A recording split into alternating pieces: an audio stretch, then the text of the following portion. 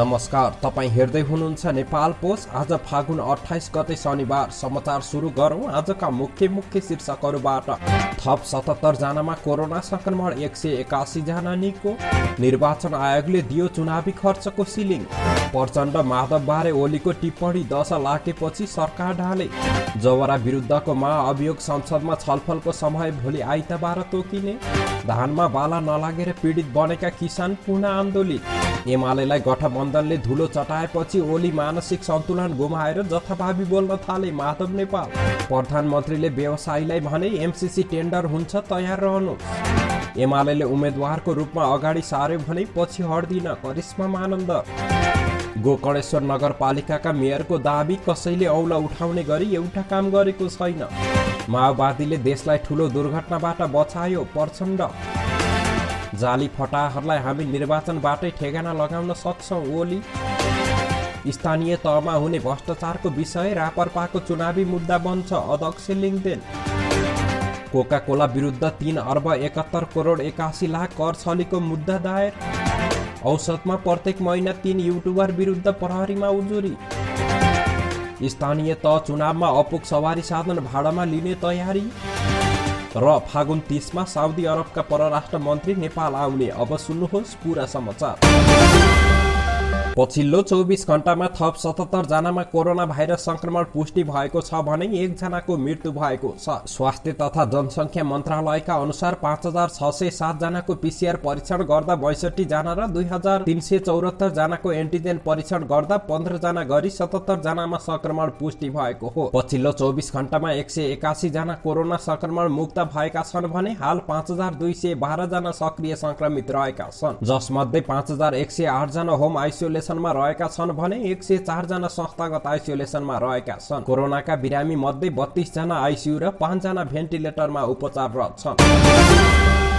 निर्वाचन आयोगले स्थानीय तहको निर्वाचनमा उम्मेद्वारले गर्न पाउने खर्च प्रस्ताव गरेको छ। तीन मध्ये कुनै न कुनै तहमा प्रतिनिधि रहेका राजनीतिक दलका प्रतिनिधिहरूसँग भएको छलफलमा आयोगले स्थानीय तह अनुसार उम्मेद्वारहरूले गर्न पाउने चुनावी खर्चको सिलिङ प्रस्ताव गरेको हो। लोकतान्त्रिक समाजवादी पार्टी लोसपाका नेता के शब्दालका अनुसार महानगरपालिकाका मेयरले 7.5 लाख रुपियाँसम्म खर्च गर्न पाउने आयोगको प्रस्ताव छ। उपमहानगरका मेयरले 5.5 लाख, नगरपालिकाका मेयरले 3.5 लाख र गाउँपालिकाका प्रमुखले 3.5 लाखसम्म चुनावी खर्च गर्न पाउने आयोगले बताएको छ। कतिपय दलले यो खर्च नपुग्ने बताएका थिए। त्यसमध्ये एक लोसपाका नेता झा भन्छन्, वडा अध्यक्ष जित्न 20-25 लाख लाग्छ, या त खर्चको दायरा बढाउनुस्, नभए सबैलाई कारबाही गर्न पर्छ। कांग्रेस र माओवादी केन्द्रका नेताहरूले भने यो त्रुटि प्रत्यक्ष निर्वाचन प्रणालीको भएको भन्दै नियन्त्रण गर्ने हो भने पूर्ण समानुपातिक तर्फ जानुपर्ने बताएका छन्। नेकपा एमालेका अध्यक्ष केपी शर्मा ओलीले प्रचण्ड र माधव कुमार नेपाललाई दशा लागेकाले 2/3 सरकार ढालेको टिप्पणी गरेका छन्। नेपाल प्रेस चौतारीको अधिवेशनलाई सम्बोधन गर्दै ओलीले भने, सरकार ढालेर गएर हेर्नुस् त ढोका बाहिर पर्खिएर बसेका हुन्छन्, भित्रबाट प्रसाद आउँछ कि भनेर। उनले अघि भने, कताका जङ्गीहरू कता बङ्गी गए, बुद्धि बिग्रिएपछि त्यो हुन्छ, तपाईहरूले त्यो गर्नु पर्दैन। प्रतिनिधि सभामा प्रधान न्यायाधीश चोलेन्द्र शमशेर जवरा विरुद्धको महाअभियोग प्रस्तावमाथि छलफल हुने समय भोलि आइतबार तोकिने भएको छ। संघीय संसद सचिवालयका महासचिव भरतराज गौतमले जारी गरेको सम्भावित कार्यसूची अनुसार भोलि आइतबार महाअभियोग प्रस्तावमाथि छलफल हुने दिन र समय तोकिनेछ। सभामुख अग्निप्रसाद सापकोटाले महाअभियोगमाथि छलफल हुने दिन र समय तोक्नेछन्। यही फागुन 1 गते जवरा विरुद्ध संसदमा महाअभियोग प्रस्ताव दर्ता भएको थियो। सत्तारूढ गठबन्धनको तर्फबाट दर्ता भएको महाधियोग प्रस्तावमा 98 सांसदको हस्ताक्षर रहेको छ। समयमै क्षतिपूर्ति नपाएको भन्दै धानमा बाला नलागेर पीडित बन्न पुगेका किसानहरू पुनः आन्दोलित भएका छन्। डिभाइ 28 नामक हाइब्रिड धान पीडित उपत्यका वरपरका किसानहरूले हिजो शुक्रबार माइतीघर मण्डलमा विरोध सभा गरेका हुन्। अखिल नेपाल किसान महासंघ उपत्यका समन्वय समितिको आयोजनामा भएको कार्यक्रममा किसानहरूले सरकारसँग तत्काल क्षतिपूर्तिको व्यवस्था गर्न माग राखेका छन्। समयमै मल, बिउ र कृषि सूचना नदिएको सरकारले क्षतिपूर्ति नदिएर थप पीडित बनाएको पीडित कृषक आशिष अधिकारीले गुनासो गरे। सरकारले घोषणा गरेको राहत रकम उपत्यकामा बुढा नीलकण्ठका थोरै किसानले मात्रै पाएको उनले गुनासो गरे। तत्काल क्षतिपूर्तिको व्यवस्था नभए कृषि ज्ञान केन्द्र र कृषि बिउ बिजन कार्यालयहरूमा ताला लगाउने चेतावनी उनीहरूको छ। किसानहरूलाई समयमै मल, बिउ र विषादीको उपलब्ध गराउन पनि उनीहरूले सरकारसँग माग राखेका छन्। एकीकृत समाजवादी पार्टीका अध्यक्ष माधव कुमार नेपालले एमाले अध्यक्ष केपी ओली मानसिक सन्तुलन गुमाएर जथाभावी बोल्न थालेको आरोप लगाएका छन्। हिजो शुक्रबार समाजवादी प्रेस संगठनले धरानमा आयोजना गरेको पत्रकार सम्मेलनमा बोल्दै नेपालले यस्तो आरोप लगाएका हुन्। ओलीले आजै पोखरामा सर्वोच्च अदालतबाट गोरु ब्याएको र 5वटा बाच्छा पाएको भन्दै गठबन्धनको आलोचना गरेका थिए। उनले आफूलाई प्रधानमन्त्रीबाट हटाएर गठबन्धनको सरकार गठबन्धनका लागि परमादेश दिएको सन्दर्भमा निकाल्दै उहिले 52 सालमा एकजनाले गोरु ब्याउँदैन भनेको ब्यायो भनेको प्रसंग सुनाउँदै यसपालि पनि त्यस्तै भनेको सुनाएका थिए। उनले आफ्नो सरकार ढालेका माओवादी अध्यक्ष प्रचण्ड र एकीकृत समाजवादीका अध्यक्ष माधव नेपाल पछुताइरहेको पनि बताएका थिए। अध्यक्ष नेपालले राष्ट्रिय सभाको निर्वाचनमा एमालेलाई गठबन्धनले धुलो चटाएपछि ओलीले मानसिक सन्तुलन गुमाएर गठबन्धन सरकार विरुद्ध जथाभावी बोलेको आरोप लगाएका थिए। प्रधानमन्त्री शेरबहादुर देउवाले अमेरिकी सहायता परियोजना एमसीसी टेन्डर हुने बताएका छन्। नेपाल निर्माण व्यवसायी महासंघको साधारण सभा उद्घाटन गर्दै प्रधानमन्त्री देउवाले एमसीसी टेन्डर हुने र त्यसका लागि तयार हुन निर्माण व्यवसायीलाई आग्रह गरे। एमसीसीको विषयमा के हुन्छ भनेर प्रश्नहरू गरिरहेका छन्। नेपाली निर्माण व्यवसायीहरूले पाउँछन् कि पाउँदैनन् भनेर जिज्ञासाहरू राखिरहेका छन्। मैले यसमा उत्तर दिनुपर्छ, तर म अहिले यति भन्छु, एमसीसी नेपालले मात्र सञ्चालन गर्ने प्रोजेक्ट नभएर अमेरिकाले समेत सञ्चालन गर्ने हो। यसका लागि अन्तर्राष्ट्रिय टेन्डर हुन्छ। उनले भने यसमा नेपाली निर्माण व्यवसायीहरू समेत सहभागी हुन पाउनेछन्। पछिल्लो समय पटक पटक एमाले अध्यक्ष केपी शर्मा ओलीसँग भेट गरिरहेकी सदाबहार अभिनेत्री करिश्मा मानन्दरले यसै बिहीबार नेकपा एमाले प्रवेशको निर्णय लिएकी छिन्। राजनीतिमा लाग्ने यो सोही समय भएको बताउने नायिका मानन्दर राजनीतिका लागि कुनै न कुनै पार्टी चाहिने भएकोले एमाले रोजेको बताउँछिन्। यसअघि उनी डाक्टर बाबुराम भट्टराई नेतृत्वको तत्कालीन नयाँ शक्ति पार्टीमा सक्रिय थिइन्। केही समयको राजनीतिपछि सो पार्टीबाट अलग भएकी उनी हाल आएर फेरि राजनीति गर्ने भन्दै एमाले प्रवेशको निर्णयमा पुगेकी हुन्। उनलाई एक कार्यक्रम सहित पार्टी प्रवेश गराउने एमालेले तयारी गरेको छ। 2074 सालको स्थानीय तहको चुनावमा काठमाडौँको गोकर्णेश्वर नगरपालिका प्रमुखमा सन्तोष चालिसे निर्वाचित भएका थिए। त्यति बेला विषम परिस्थितिमा पनि आफू भारी मतले विजय भएको र अहिले उनको दलको अवस्था राम्रो रहेको चालिसेको भनाइ छ। नेपाली कांग्रेसको क्षेत्रीय सभापति समेत रहेका उनी आगामी स्थानीय तहको चुनाव पनि कांग्रेसले नै जित्ने दावी गर्छन्। नगर प्रमुख पदमा निर्वाचित भएपछि आफूले गरेको काममा कसैले औँला उठाउने अवस्था नभएको उनको जिकिर छ। आगामी स्थानीय तहको निर्वाचनको सन्दर्भमा केन्द्रित रहेर नगर प्रमुख पदमा निर्वाचित भएपछि आफूले गरेको काममा कसैले औँला उठाउने अवस्था नभएको उनको जिकिर रहेको छ।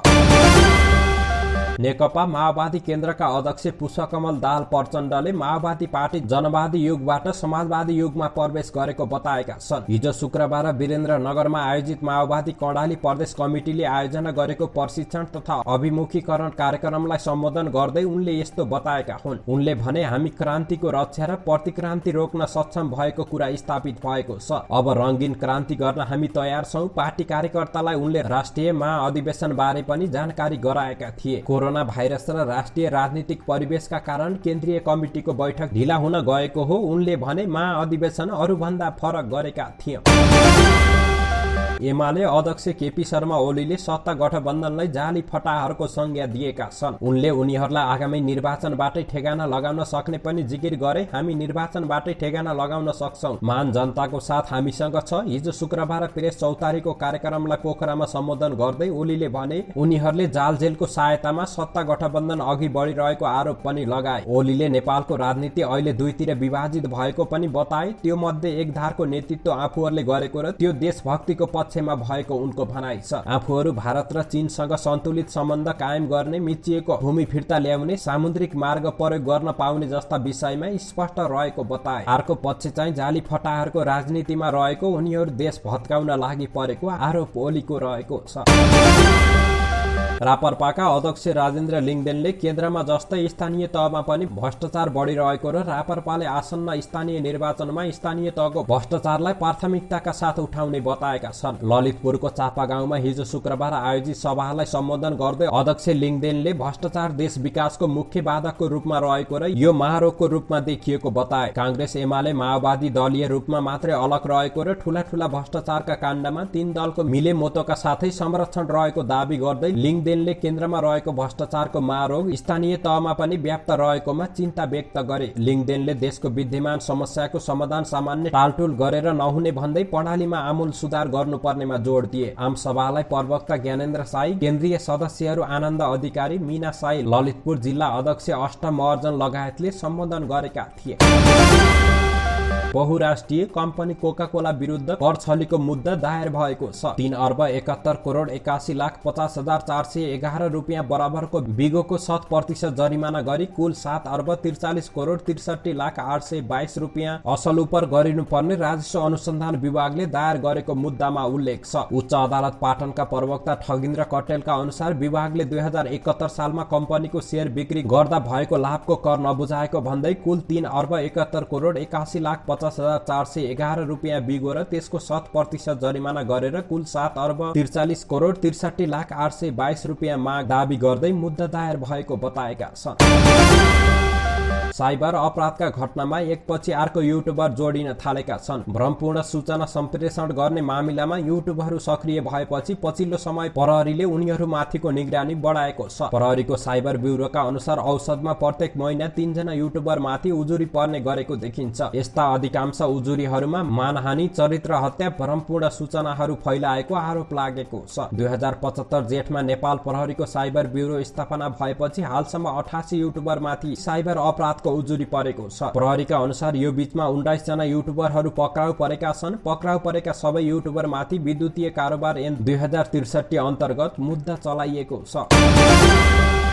सरकारले स्थानीय तह निर्वाचनमा अपोग सवारी साधन खरिद नगरी भाडामा काम चलाउने भएको छ। 2078 वैशाख 30 गतेका लागि तय भएको स्थानीय तह निर्वाचनलाई अहिले उपलब्ध सरकारी सवारी साधन बाहेक अपोग सवारी साधन भाडामा लिएर काम चलाउन लागिएको हो। यसका लागि देशभरबाट सरकारी सवारी साधनको अभिलेख र निर्वाचनमा खटाउन सकिने कर्मचारीको अनुमानित विवरण संकलनका क्रममा रहेको गृह मन्त्रालय स्रोतले जानकारी दिए। सार्वजनिक खरिद प्रक्रिया अनुसार सवारी साधन किन्न समय अपोग हुने गृह मन्त्रालयले जनाएको छ।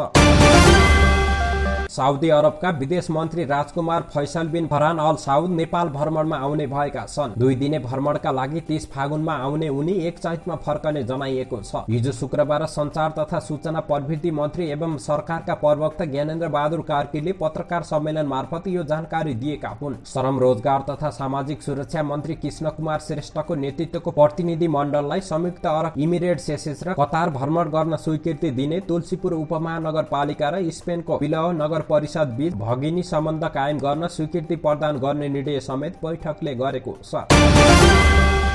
धन्यवाद। यस्तै ताजा समाचारको लागि नेपाल पोस्ट हेर्दै गर्नुहोला।